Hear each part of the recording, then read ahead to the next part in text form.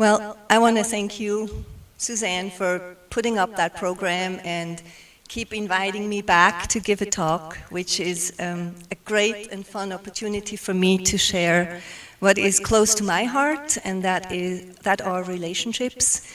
And as we all know, they can turn out into a beast. They can really challenge us. I'm always interested in finding ways.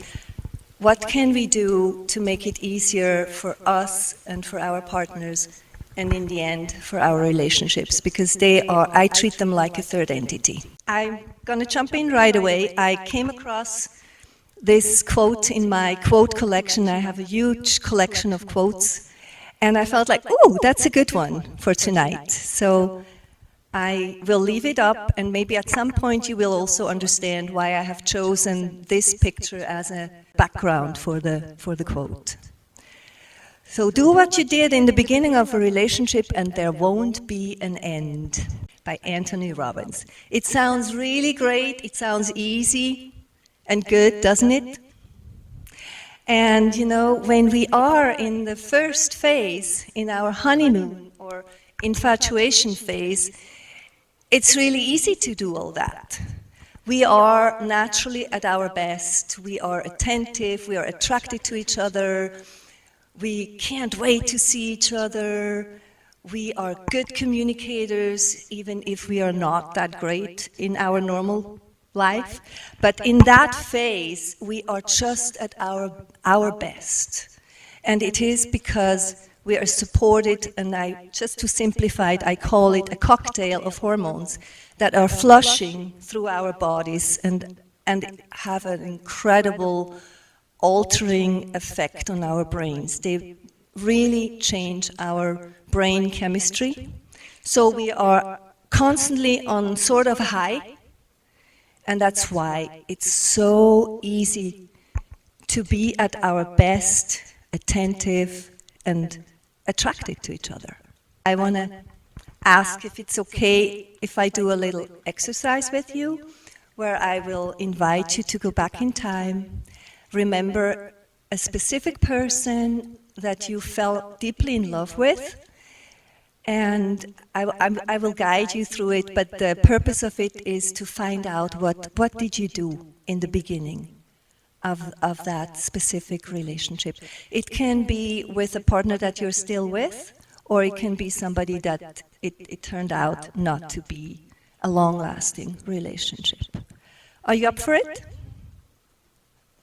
Okay. You can either close your eyes or keep them open, whatever is more comfortable for you. And just take a moment to think about a specific person that you remember you fell deeply in love with. How did you meet? Just try to remember. Try to remember how long ago it was. Remember the feelings you had. Maybe it was those butterflies, little nervousness. Just try to remember how it was when you fell in love with that person. Next, I want to invite you to remember what you did together. I also want to invite you to remember how you expressed your love and your interest for that person. Were you somebody who wrote nice text messages, or maybe you brought little gifts along? Or maybe you did completely different things. Just try to remember, what was it that you personally did to express your love and to express your interest for that person. Try also to remember what the other person did to express his love or her love and interest to you.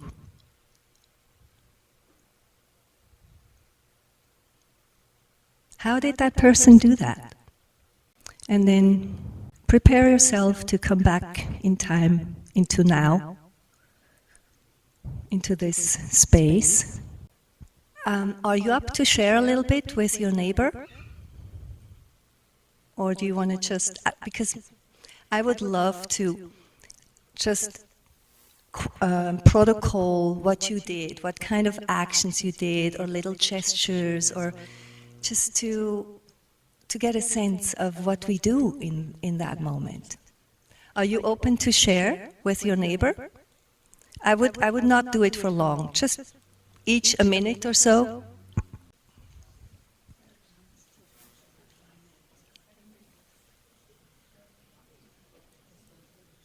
Or maybe with them. You want to share with them?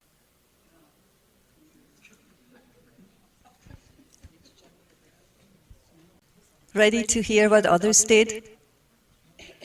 It's always interesting to hear what other people did. And if the list is not full, I can add some of my own.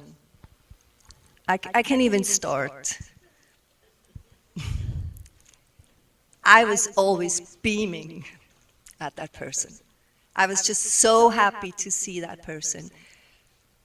That was my way. What else? What else did you do? What comes to you? Speaking deep truth. You were speaking a deep truth. Okay, so you were speaking from your heart. Okay, and you usually don't do that so easily. But that was something that you remember specifically. Thank you for sharing. What else? Yeah. You were laughing easily. Yeah.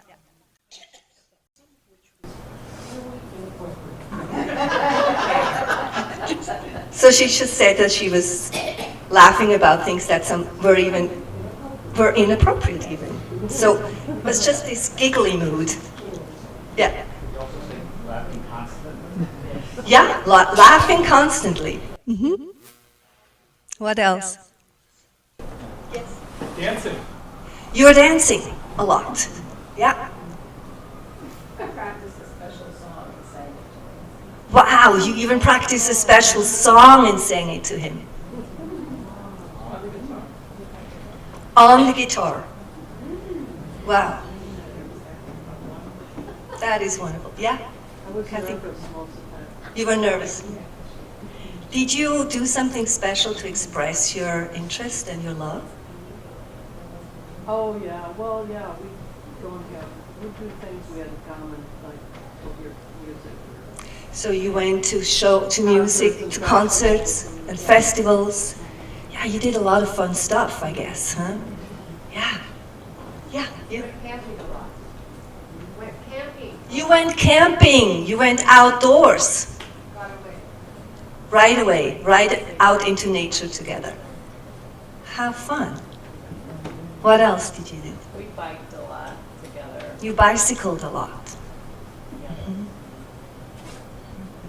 I remember at some point I left little love notes and I hid them. And I was so curious, when will he find them? Will he find them all? He didn't find them all. So I had to help, I had to notch him at some point. I met his children as soon as I could. You wanted to meet, yeah, you wanted to see who they are. Yeah. Other things? Yeah. I put off reading his children. Really. Because it was about us getting to know each other. Yeah, you wanted to get to know this guy. You didn't want to share him with his children. I didn't want to involve the children in case we didn't work out. Yeah, okay, that's a good point. You were wise. Yeah. And we stared into each other's eyes a lot. Oh, yeah, staring into each other's eyes, that's a good one. What else? You made his favorite dishes? You cooked his favorite dishes? Lucky guy. Oh, and it was even mutual. How sweet is that? Yeah. Oh, I know.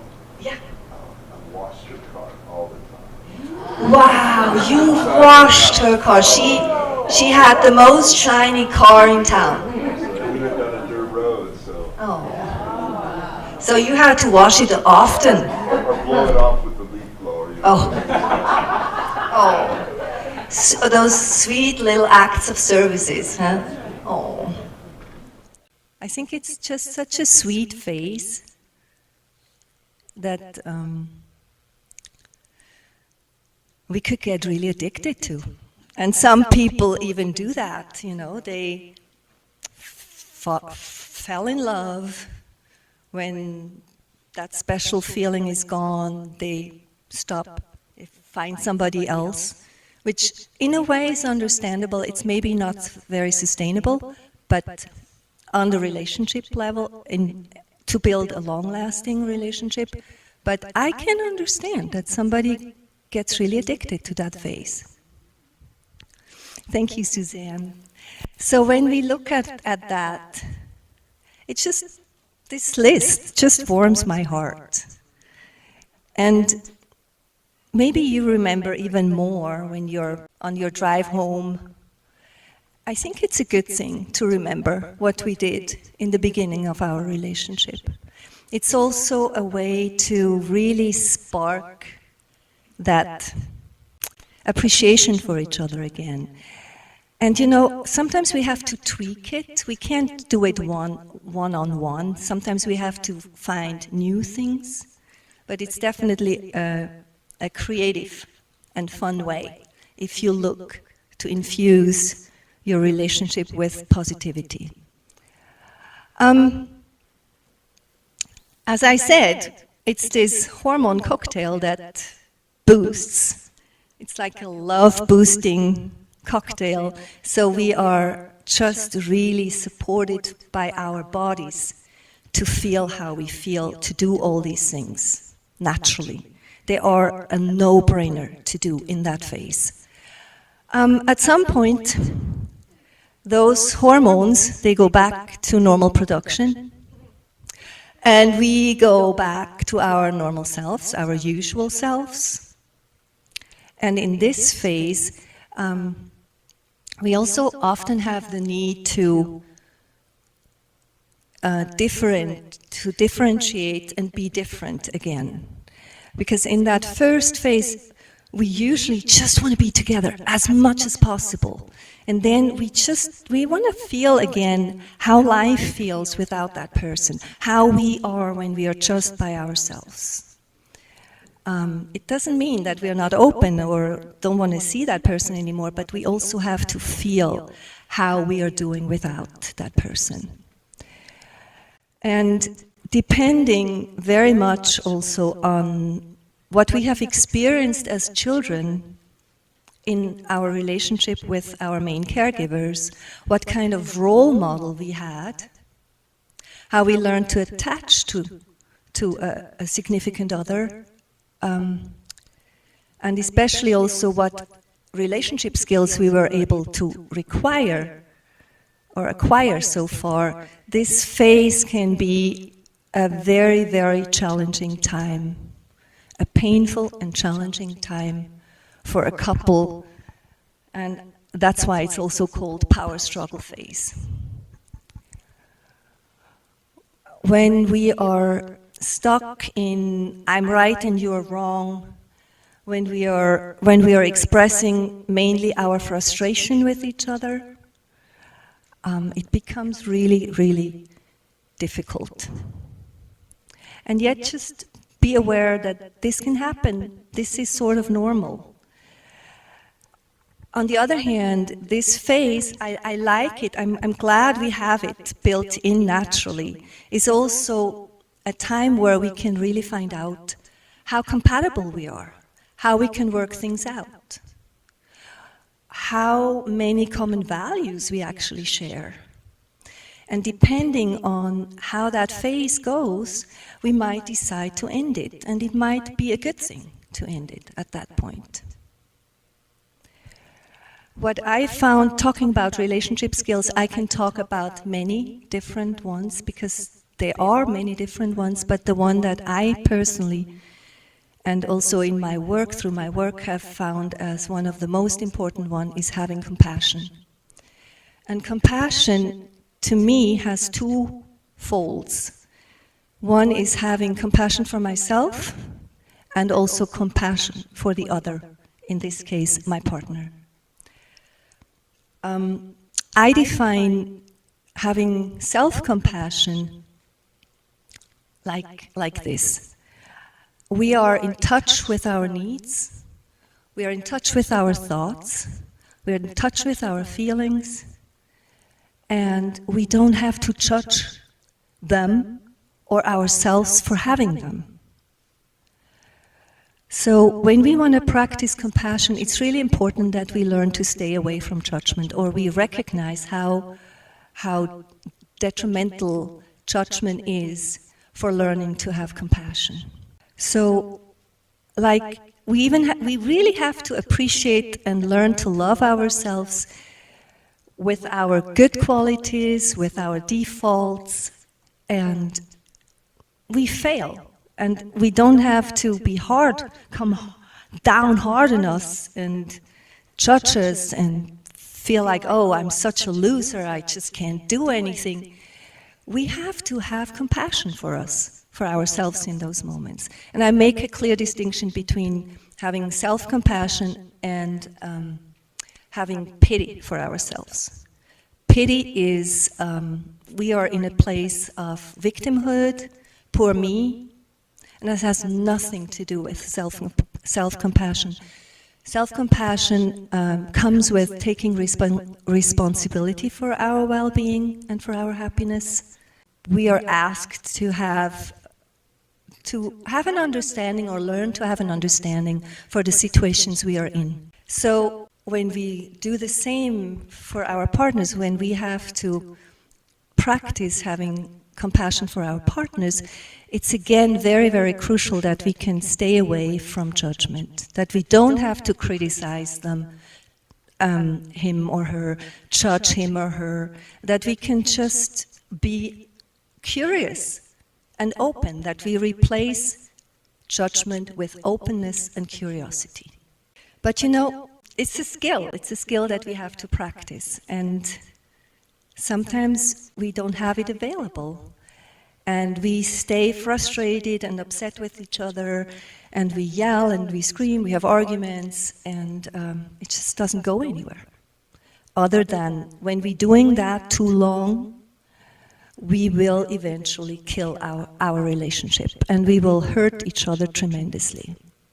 And if we want to move forward, move out of this power struggle phase, that can take a lot of energy and sometimes even outside help, depending on how long we've been stuck in this phase. So the goal of this phase, in my eyes, is to find out whether we are compatible or not, and also to learn to accept each other for who we truly are. And that will come with compassion. There is some bad news, and that's what I said. A lot of people are really stuck in that, and they are stuck in that too long, and so their relationship can't make it. But the good news is that we can learn compassion and the relationship skills that come along with it. We can learn that at any age. That is not limited to a certain time in our lives. So, and even if we know quite a bit, and I would say I'm pretty darn good on the level of relationship skills, but believe me, I am not done with learning. I'm still fine-tuning them, and you know, it's also different with every person. There is something else needed from me to keep in touch, to keep connected or work things out. So one way, like when we are upset, I really recommend that we go inside ourselves instead of yelling at our partner. Take a moment, go inside of ourselves and find out, what is it that I need? What would have helped me? And again, it sounds simple, and it can, sometimes it's not that simple, but it's definitely worth practicing. So, that's the power struggle phase. What comes next? And I have a hard time to put a label on it. There are therapists, they say it's the pure bliss phase or whatever. I'm just not a pure bliss gal, I guess. I think I'm too pragmatic. I might also know too much about relationships. I feel like what comes next is definitely when a couple can make it beyond the power struggle phase. They for sure have learned not to pour oil in the flame of an argument anymore.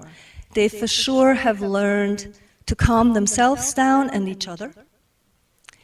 They have learned to accept each other for who they are, including their differences. They might have even learned to use their differences for the benefit of their relationship. And they have learned to reconnect when the connection is broken. And they know how to turn towards each other instead of away from each other, which happens so often when we are in an argument, when we are in a disagreement, we turn away. That's okay, it can happen, but just remember, turn back. And remember that your partner is not your enemy. He or she is your best friend. And we can so easily forget that. So I would say, we can even go back to the honeymoon phase at some point. I remember I fell in love with my husband multiple times. And maybe we also have another strike of power struggle phase. I believe that we just, it's a process.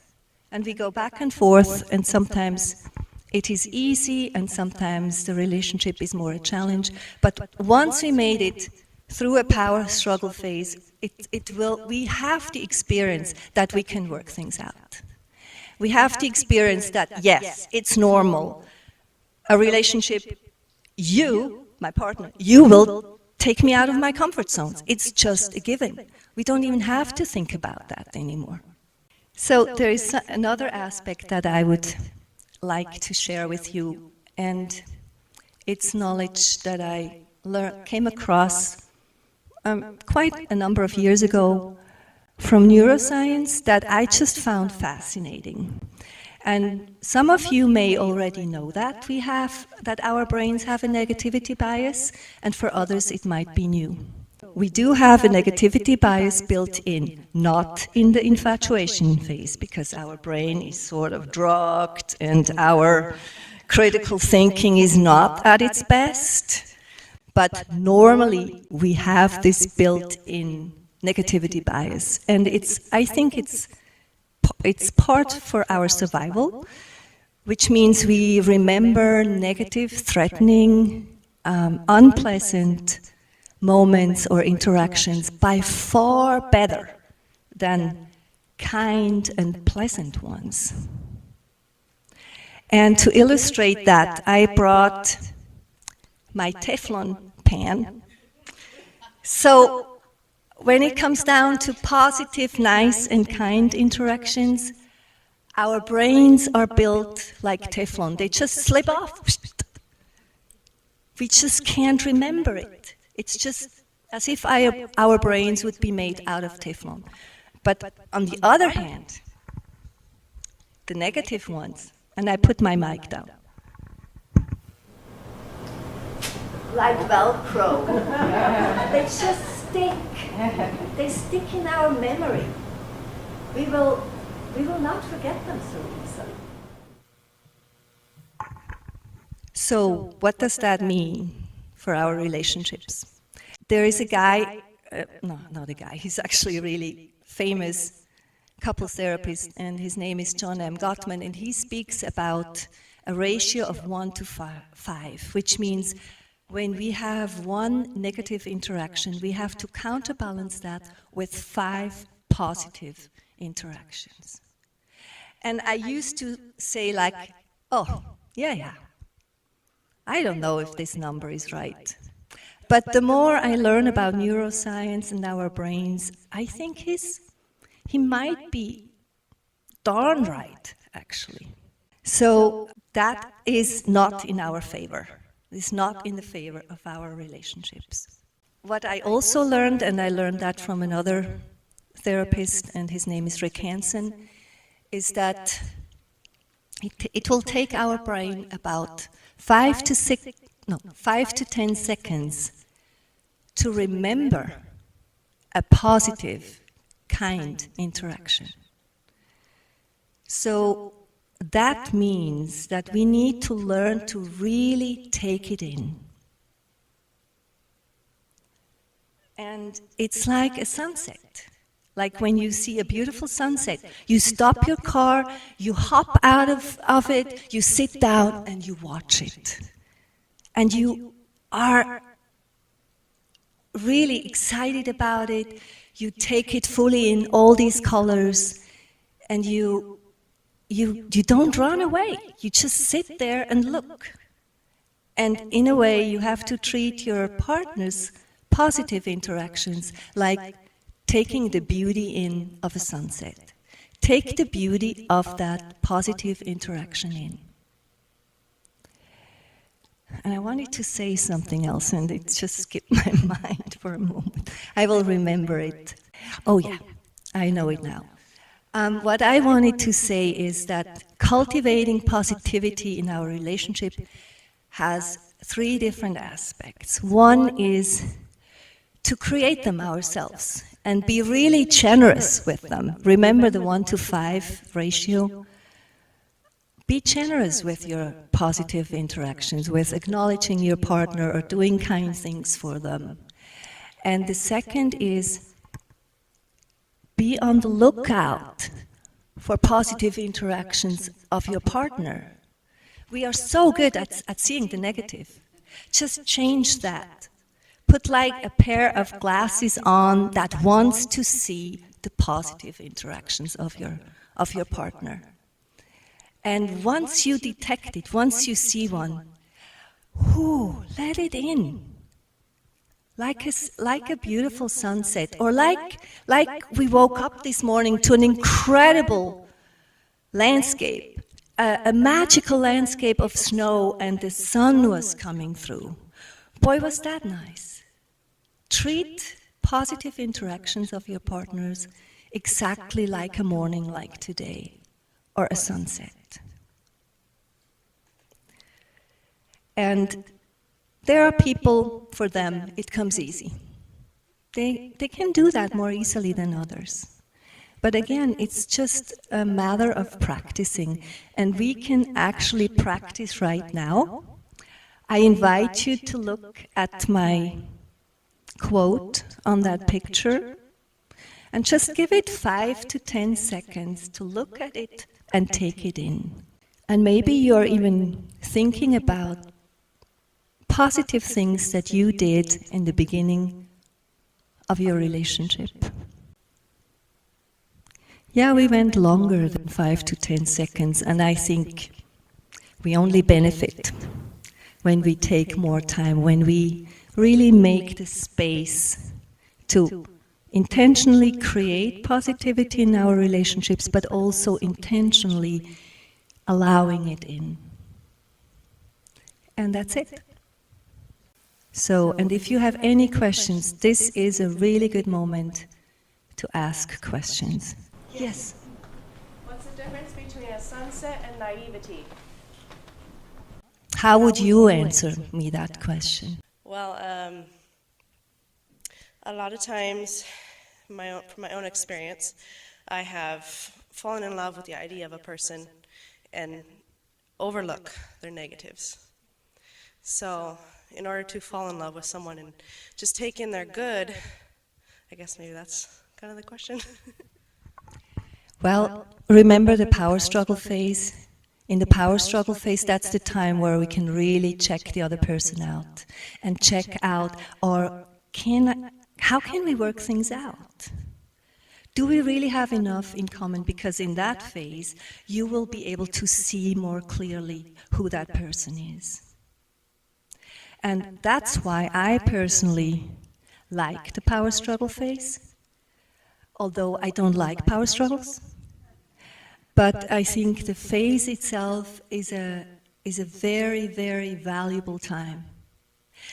I would also say, you know, don't make any major decisions in the infatuation phase, like having a baby or buying a house together or whatever, you know. This is not the time for major decisions. The time for major decisions is probably better once you have at least experienced one cycle of power struggle. That would be my recommendation, but I'm an old fart, so I know how it is when you're in love and, you know, it can happen, but this is my personal perspective, and I would not, I don't want to judge anybody. I have compassion for people who get pregnant in the infatuation phase. So please understand me correctly. I just would say, be aware that this can happen to you, and it might not be the best decision. On the other hand, maybe we would not be here, you know? Maybe one of us would not be here if the parents would have come to this talk and take me really seriously. I can talk loudly, I don't think I need that, but see, what I see is that you're working towards the ideal relationship, where there's, you know, you go through the power struggle and you have a balanced relationship and you openly work on things, but yet many of the longest lasting relationships I've seen are not balanced relationships. Often one or the other is dominant and the other is submissive, and they've accepted that. Now, I don't feel like that's healthy. I'm really uncomfortable with that kind of relationship. But I've seen it. My grandparents were one and my brother was another, where they were very unbalanced, but they just accepted it and went on. But you know, this is what I mean with acceptance. Who are we to say what's good and what's bad for somebody else? You can only see what works for you and what will not work for you. And that's what I mean with having compassion. That we can really accept whatever is, who we are, how we like things to be. We will also have to learn to stand up for ourselves, and that might be challenging in itself and scary. Well, and it often challenges the relationship. For sure. Especially in a male-dominated paradigm, which we've all grown up in. Yeah. You know, it's changing. We're working on it. Yeah. But still, you know, at least half the population believes the male is supposed to be dominant. Yeah. Yeah, I mean, I say we can only take responsibility for ourselves and our relationships. That's all we can do. And I mean, I'm not going out on the roads and say, hey, you have to see me, I have to fix your relationship. That's not who I am, you know. If somebody wants to learn to live with differences differently, or if they want to work on a dynamic that is really hard for them, then I'm available. But I don't have the answers all the time. I just go with them. I find out what comes up. Doesn't it also depend on what, if any, goals you have for that third entity that you talked about? For itself, what do you want from a relationship? Where do you want it to go? What do you want from it? That's a very good point. And how that you work that out with your partner. You know. That's a very good point, because, you know, like if we have a relationship, like my relationship when I was 20 differed from my relationship when I was 30. And it's another, my husband died and now it's another ball game again, you know? It's like, I'm not interested in finding somebody who wants to have kids with me. So it's that simple. But it's true, you know, it depends on what we want from this relationship, and also what is possible in this relationship. I would even say that in the infatuation phase, we might even get a glimpse of the potential of that relationship, but it might be an illusion. But we might get a glimpse of the potential. I personally like to look at it like that.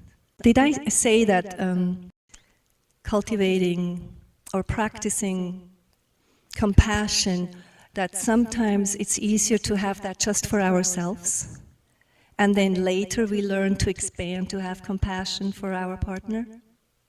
I didn't say that, but it's an important part.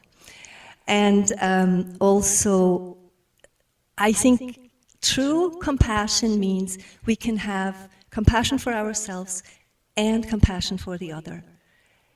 I can't do it at the exact same moment. I still have first compassion for myself, and then I can turn to my partner and see and develop compassion there, be interested in finding out. And it's really true, there is people, they just can easily develop it for themselves and then for the other, and it doesn't matter. I think it's too much asked to have compassion at the exact same moment for both. I think it's impossible. We can't multitask anyway. It's one thing after the other. But it's like the time between that might get shorter. You know, maybe in the beginning it takes us a day or a week to have compassion for the need of our partner. And if we're getting better at it, maybe it's a matter of 5 to 10 minutes. What do you suggest to folks who get stuck in the power struggle phase? First, acknowledge that you're stuck in the power struggle phase. And then see whether you can get out of it on your own. And if not, I would suggest go and see a professional. Because it's really hard to get out on your own when you're deeply stuck there. So the possibility arises that in a relationship, because it is an intimate arrangement with two individuals, that not only are we bring ourselves to it, but then I also bring all my triggers, all the things that I hated about my childhood or loved about my childhood or was done, previous relationships, schoolyard fights, I mean the whole 9 yards come. The other person brings them too. And if we're not cognizant about those triggers, we don't have anything to stand on when that power struggle has, because we're just reactive. Yeah. So we really have to work on ourselves, don't we? I think so. And it's fun, you know. I find it fun. I find it's exciting to understand myself better. To learn, oh my gosh, oh, that's me too. You know, I find it, I personally, and this is again, it's me. I personally find it fascinating to learn about what triggers me, and maybe I can find out why. But sometimes it's not even necessarily to know. If I know how to be with that trigger and not get consumed by it, just notice, oh, ooh, that triggered me big time. And then look for how could I have reacted to that? It comes down to an openness and a curiosity in the end. I think I can't emphasize that. How important openness and curiosity is, not just for life itself, but also in relationships.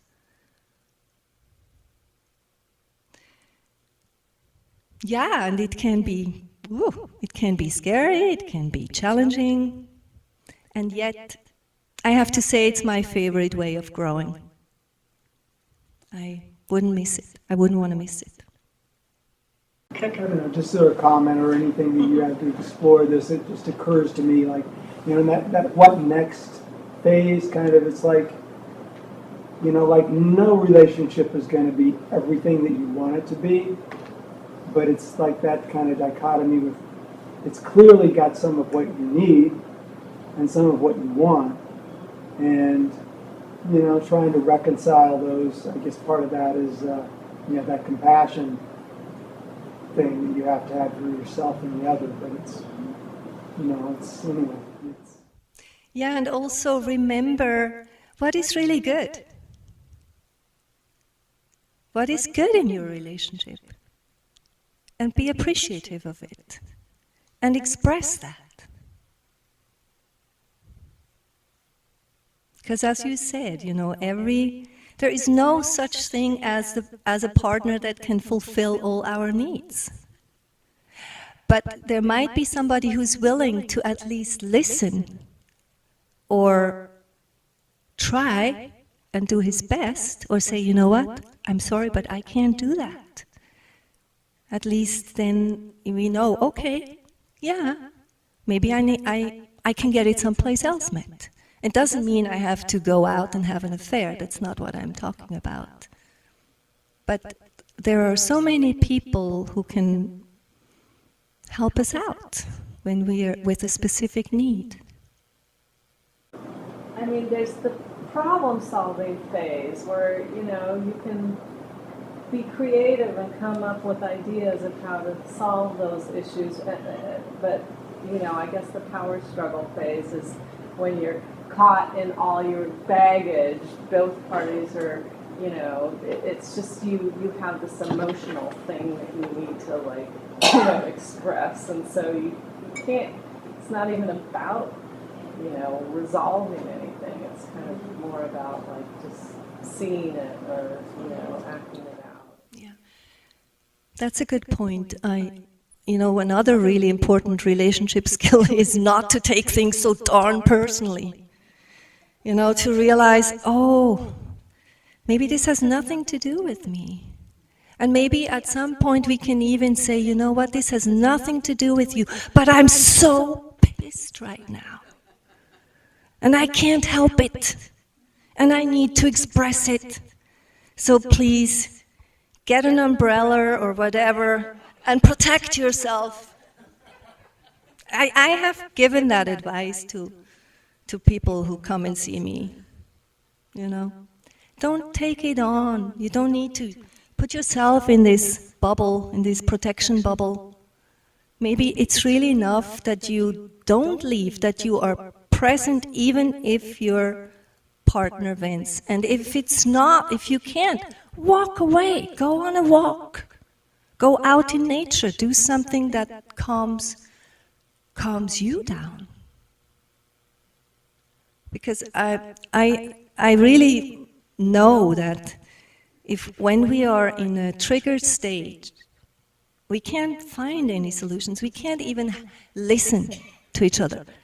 Forget about compassion for the other. Forget about it. So I always say, stop the argument. Don't let it go longer. There are people, they say, don't let an argument, a tough argument, go longer than 20 minutes. Otherwise, it's gonna go into the part of your brain where it will start to influence how you look at this relationship, what you make out of that relationship. So, yeah. Thank you for asking.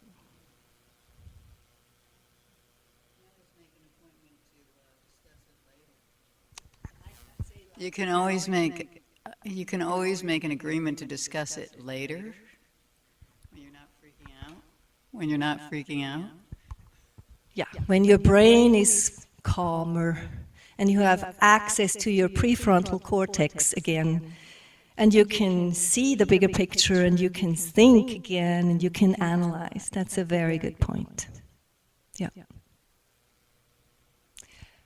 Suzanne. Doris, you said in the power struggle phase you have to decide whether or not you're compatible enough, and sometimes you make the decision that you're not. Could you say more about that and what that looks like? You know, that's a very personal decision. Like, I'm a person who doesn't give up so easily, so I might stay longer than somebody else. And there are people, they say, screw this, you know, and they walk away. So it's very, very personal. What I would not recommend is staying in a relationship without getting help, and even that is no guarantee.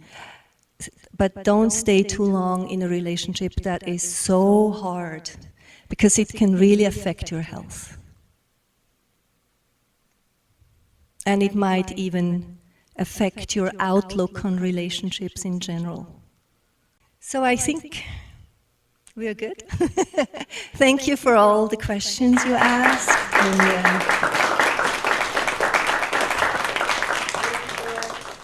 And thank you so much for coming out, despite the fact that the roads are icy and some of you guys have to go over the ridge.